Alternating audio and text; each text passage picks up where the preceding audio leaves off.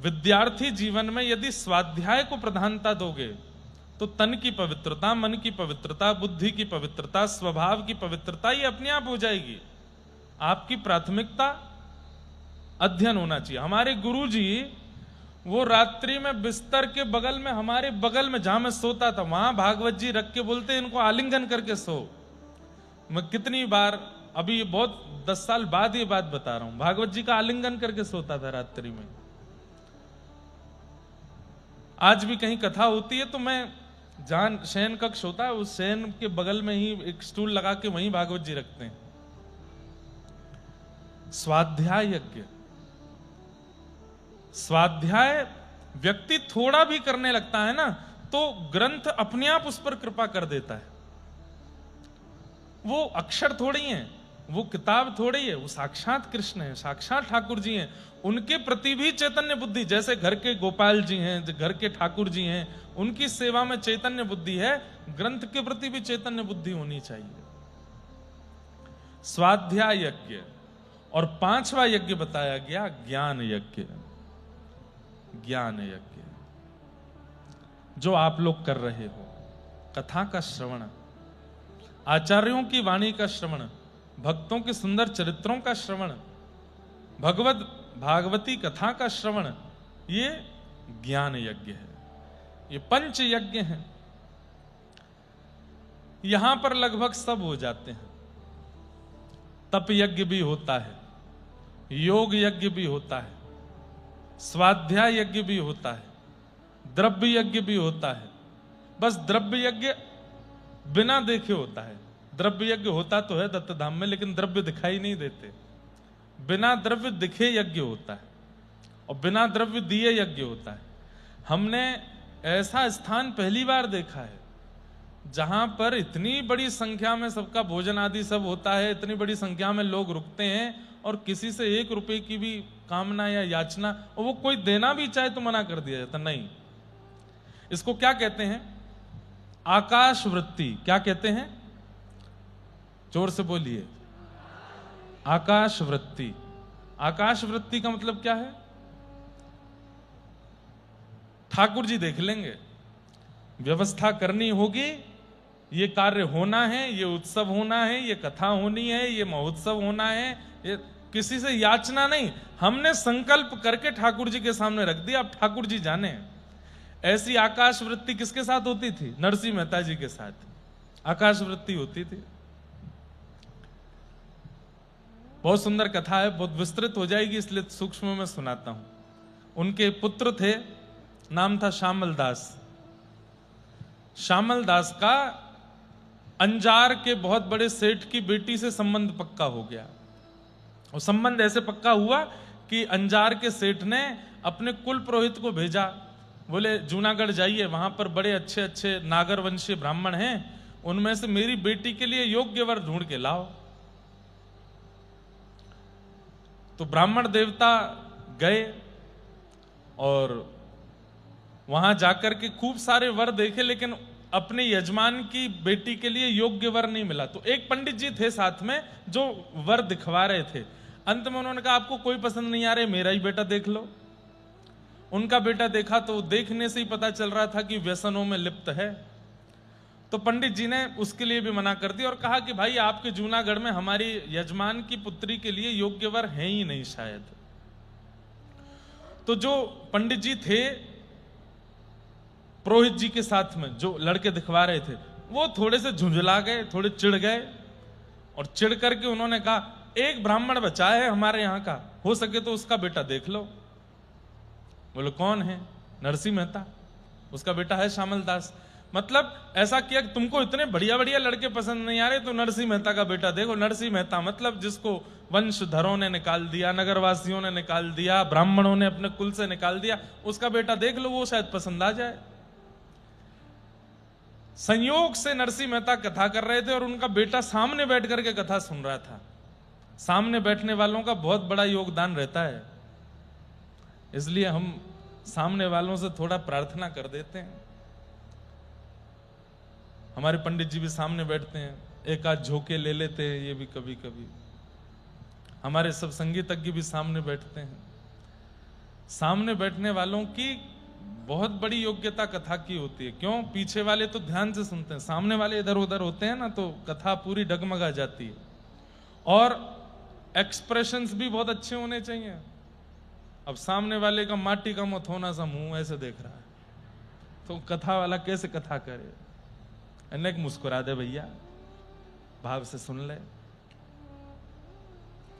तो श्यामल दास सामने बैठ के कथा सुन रहे थे, नरसिंह मेहता कथा सुना रहे थे, और श्यामल दास के नेत्रों से अविरल अश्रुधार।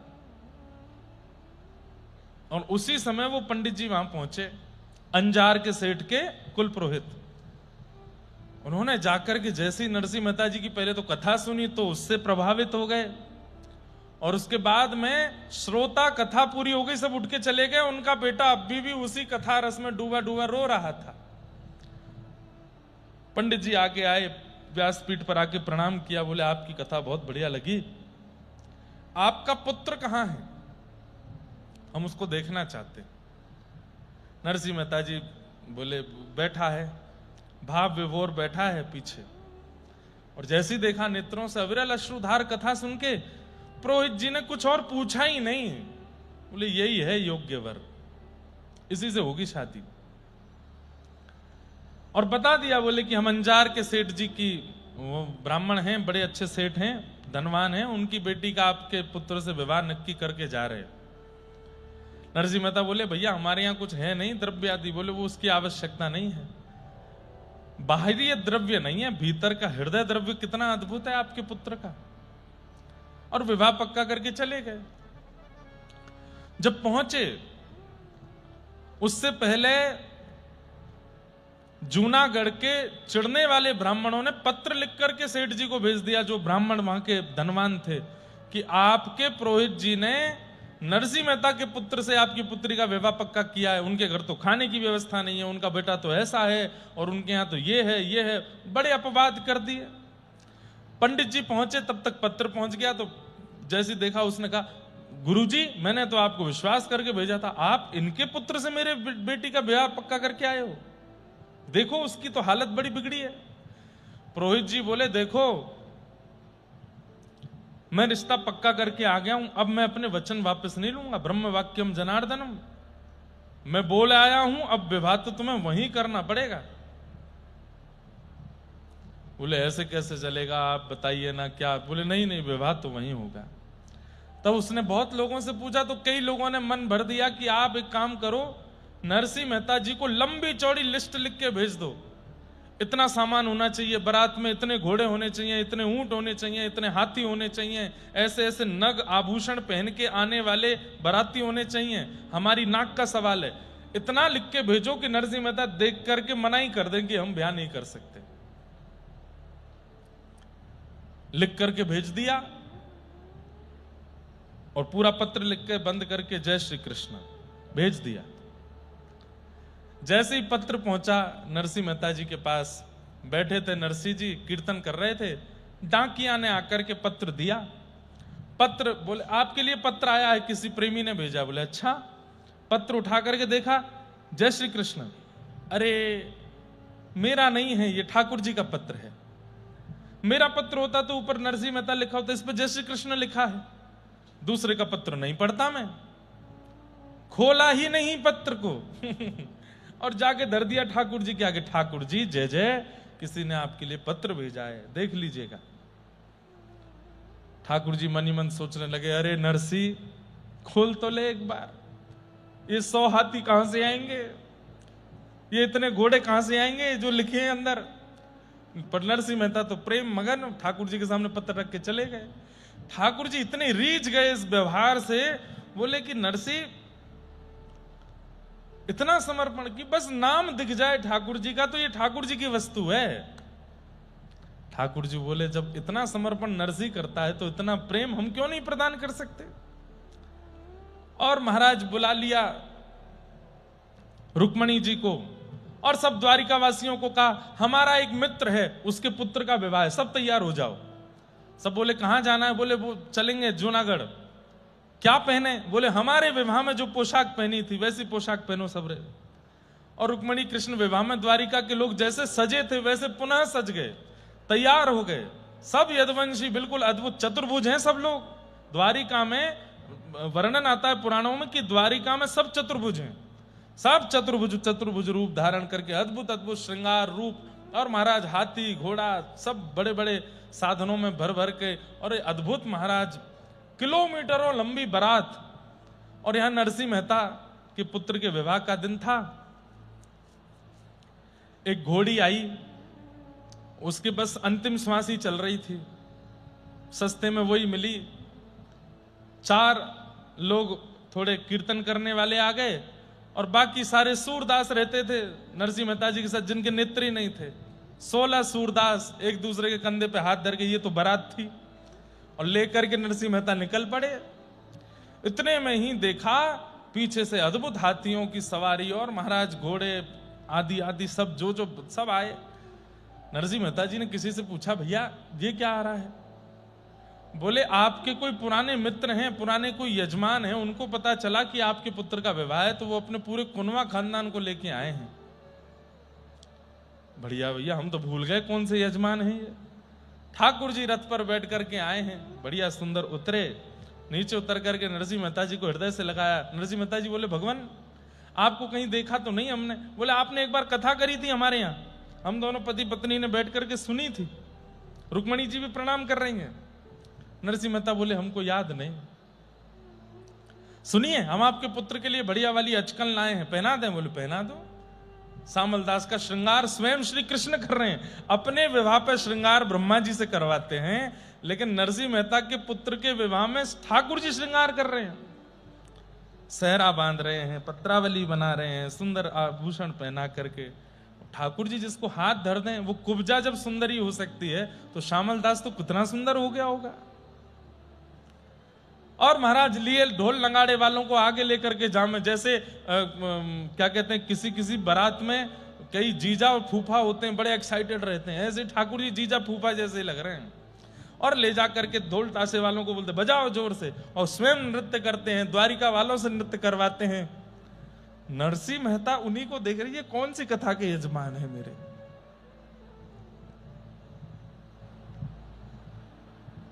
लेकिन भक्त के नेत्रों से ठाकुर जी बचते नहीं।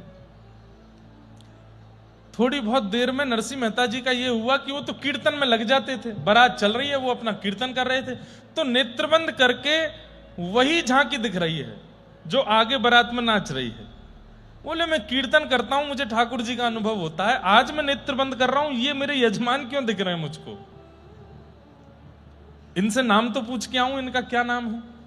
नरसिंह मेहता गए, बोले सुनिए सुनिए यजमान जी। बोले हाँ जी, आपका नाम क्या है? ठाकुर जी बोले हमारा नाम सांवरिया सेठ। सांवरिया सेठ? बोले हाँ। दोबारा बताइए तो। बोले सांवरिया सेठ। नरसिंह मेहता जी अपलक नेत्रों से जब देखने लगे, देखते ही देखते ठाकुर जी से छुपाया नहीं गया, हंस गए जोर से। और जैसे ही हंसे महाराज, लखी जन लाल की मुस्कान, जैसे ही लाल जी मुस्कुराते हैं ना, आदमी बस उस समय हृदय गति को बचा ले, अटैक पड़ने की 100% संभावना है। इतने सुंदर हो जाते हैं ठाकुर जी। और जैसे ही हंसे हैं नरसिंह मेहता जी का तो सब भूल भाल गए, मेरे बेटे की बारात है, बेटा दुल्हा बना है, पत्नी आदि सब भूल गए। तुरंत हाथ पकड़ लिया, द्वारिकाधीश। ठाकुर जी बोले हाँ जी। अरे जय जय, आप आए हो। तुरंत हृदय में भर लिया नरसिंह मेहता। 52 बार गए ठाकुर जी जूनागढ़। कितनी बार? 52 टाइम्स। नरसिंह मेहता जी के लिए 52 बार इस कलयुग में ठाकुर जी जूनागढ़ गए। और ऐसी बारात लेकर के गए महाराज, सब देखते रह गए, अंजारवासी। अद्भुत ब्याह हुआ उनके पुत्र का। कथा और भी लंबी है। कथा ऐसी आती है कि वहां जब बारात पहुंची तो बारात देख करके लड़की का पिता भाग गया रात में ही। बोले कि इनकी तो व्यवस्था ही नहीं कर पाऊंगा मैं। तो जो पुरोहित जी थे वो आए नरसिंह मेहता जी से मिलने। तो ठाकुर जी सब व्यवस्था देख रहे थे। बारात पहले जाती थी, 3 दिन रुकती थी नगर के बाहर, जहां बारात जानी है वहां उसके नगर के बाहर 3 दिन बारात रुकती थी। तो ठाकुर जी सबकी व्यवस्था देख रहे थे। पुरोहित जी आए तो पुरोहित जी ने आकर के ठाकुर जी को ही देखा। ठाकुर जी से कहा, बोले कि वो बड़ी गड़बड़ हो गई है। बोले क्या गड़बड़ हो गई? बोले लड़की के पिता जो है पहले तो बड़े फूल रहे थे कि हमारी बेटी का ब्याह ऐसा करना है, ऐसा करना है, कहां संबंध करे। अब बारात देख करके वो खुद ही भाग गए। बोले मेरी नाक कट जाएगी, मैं इनको पूड़ी भी नहीं बना पाऊंगा, इतनी लंबी कितने हैं बाराती पता है? 56 करोड़ तो द्वारिका से यदुवंशी आए हैं। 56 करोड़। 16,108 तो भगवान की पत्नियां ही हैं, सब आई हैं। बोले एक एक को एक एक पूड़ी भी खिलाऊंगा तो पूरे गुजरात का अन्न खत्म हो जाएगा, मैं कहां से करूंगा इतनी व्यवस्था। तो लड़की के जो पिताजी थे वो भाग गए रात में, बेटी से हाथ जोड़ गए, बेटी मैं तो तेरा दुर्भाग्य कि मैं तेरा पिता हूं, ऐसी अद्भुत बारात आई है, मैं तो उनको भोजन ही नाक कटे उससे अच्छा मैं चला जाता हूं। तो जाकर के जब ठाकुर जी को बताया तो ठाकुर जी बोले नरसिंह मेहता जी से बात करते हैं। नरसिंह मेहता जी से जाके कहा मेहता जी ऐसे ऐसे हो गया, आप बताओ। नरसिंह मेहता बोले हमको डिस्टर्ब मत करो, हम अपने कीर्तन में लगे, ना तो हमने बारात बुलाई थी ना हमने ये सब व्यवस्था के लिए कहा था, अब आप जानो आपका काम जाने। ठाकुर जी बोले अब नरसिंह तो कीर्तन में है, क्या करें। तुरंत ठाकुर जी ने नेत्र बंद करके बलराम जी का आवाहन किया और बलराम जी से कहा रेवती भाभी के सहित और जो लोग थोड़े बहुत रह गए द्वारिका में उनके सहित पधारिए। बलराम जी महाराज रेवती जी के साथ में और बच्चे कुछ यदुवंशियों के साथ में आए, आकर के पूछा हाँ लाला बता। बोले कहा है? बोले भैया आज एक बहुत सुंदर अवसर मिलो है, अब हम दोनों उनको करना हो। बोले क्या? बोले हम तो बन गए लड़का वाले, बारात आदि लेके आ गए, अब लड़की के पिताजी भाग गए हैं, तो बोले आप पिताजी का रोल निभाओ, लड़की के पिताजी आप बनिए और पूरी जो एक ससुराल पक्ष की जो पूरी क्रिया होती है वो आप और रेवती भाभी संभालिए। तो श्री बलराम जी महाराज ससुर बने और रेवती जी सासू मां बनी हैं और इनके पुत्र आदि ये सब श्यामल दास के साले बने और इन्होंने फिर कन्यादान करके पूरा विवाह संपन्न कराया। और नरसिंह मेहता केवल करताल लिए कीर्तन कर रहे हैं, कोई मतलब ही नहीं है क्या चल रहा है। और ऐसा अद्भुत विवाह ना कभी हुआ था ना कभी हो सकता है, ऐसा विवाह श्यामल दास का ठाकुर जी ने कराया। तो ये बात बताने का तात्पर्य क्या है? ठाकुर जी के प्रति समर्पण की कैसी स्थिति है। यज्ञ के विषय में हम लोग चर्चा कर रहे थे, 5 यज्ञ हैं, उनमें से ये ज्ञान यज्ञ है। और ज्ञान यज्ञ में जिसकी पूर्ण निष्ठा है उससे ठाकुर जी खूब राजी रहते हैं। यहां सारे यज्ञ हो रहे हैं आपके दत्त धाम में, द्रव्य यज्ञ भी हो रहा है, तप यज्ञ भी हो रहा है, योग यज्ञ भी हो रहा है, द्रव्य यज्ञ भी हो रहा है और स्वाध्याय। हाँ, तो हम चर्चा कर रहे थे आकाश वृत्ति। तो आकाश वृत्ति से या तो दत्त धाम देखा या सुनने में आए होंगे तो श्री नरसिंह मेहता। 1 रुपया नरसिंह मेहता जी ने कहीं लिया नहीं, कहीं से खर्च किया नहीं, और खर्चा इतना हुआ कि कुबेर भी आकर के उसका वहन नहीं कर सकते। ऐसी आकाश वृत्ति से हमारा दत्त धाम है। यहां पे भी श्री दत्त प्रभु ही करते हैं और ऐसी योजना बनती है, ऐसी योजना बनती है कि बड़े बड़ों के सिर घूम जाएंगे। कल का जल क्रीड़ा मनोरथ, मुझे लगता है कि आज के कलिकाल के अब तक जितने भी कलयुग में लोगों ने जन्म लिए हैं, भगवत उत्सव किए हैं, ठाकुर जी की ऐसी जल क्रीड़ा अभी तक नहीं हुई होगी जैसे कल दत्त धाम में हुई। और ये बात बिल्कुल सत्य है, कलयुग के प्रारंभ से अब तक ये सबसे बढ़िया जल क्रीड़ा होगी। कल गिरधर लाल जी के मुखमंडल की आभा देखने लायक बन रही थी। इतने खुश हो रहे थे, इतने खुश हो रहे थे कि जब जल से बाहर निकले तो एक बालक के हाथ से मसाल में से अग्नि किसी के ऊपर गिरवा दी। बोले मुझे नहीं जाना है, क्यों निकाल रहे हो, अभी और आनंद करना है। बिल्कुल जिद्दी बालक हो जाता है ना, निकलते नहीं जल से। कल ऐसे हो रहे थे लाल जी, बहुत सुख मिला। और ये सब हमारे पूज्य महाराज जी की कृपा है। इतना स्नेह, इतना प्रेम, इतना आनंद देते हैं। हमें तो अब थोड़ा थोड़ा कभी कभी डर तो नहीं लगता, लेकिन थोड़ा सा लगता है कि कहीं लाल जी हमारे यहीं नहीं बस जाएं दत्त धाम में। पिछली बार तो एक बार हुआ था, पिछली बार जब जल क्रीड़ा नाव मनोरथ हुआ तो महाराज जी भी तब उत्सव में थे, तो महाराज जी बोले अब लाल जी को लेके चलो दत्त प्रभु के पास। मैंने जी दत्त प्रभु के पास गए तो फिर लाल जी को और दत्त प्रभु को मिलाना था, तो वहां बाहर लाल जी विराज गए। महाराज जी लाल जी को लेकर के गए और दत्त भगवान से मिलाया, और भीतर विराजमान करके महाराज जी बोले अब लाल जी नहीं आ रहे, अब जाओ तुम। मैंने महाराज जी ऐसे मत करो ना, अब लाल जी यहीं रहेंगे, भीतर और किसी की घुसने की सामर्थ्य नहीं है, अब तुम चाहे रो चाहे तुम कुछ कहो, लाल जी नहीं आएंगे भाई। तो हमारे लाल जी को बहुत भाता है, दत्त धाम में इतना स्नेह, इतना आनंद, इतने उत्सव का सुख देते हैं पूज्य महाराज जी। कभी कभी ऐसा लगता है जैसे श्री कृष्ण को सुख देने के लिए साक्षात महादेव आ गए हों, क्योंकि कृष्ण के रस में अत्यंत आनंद को यदि कोई मिश्रित करते हैं तो वो महादेव है। हमारे महाराज जी महादेव हैं, ठाकुर जी को खूब सुख देते हैं, खूब आनंद देते हैं। ऐसी सब भावनाएं हैं, खूब आनंद है। आज कितने दिन हो गए कथा के? 7वां दिन है आज, 7वां दिन है आज। कब शुरू हुई थी कथा? हैं 19, आज क्या है? 7 दिन हो गए। चलो सप्ताह तो आज हो गई, अब कितने दिन की ओर है? 8 दिन की ओर है, 9 दिन की ओर है। वाह, आज जानकी नवमी है। आज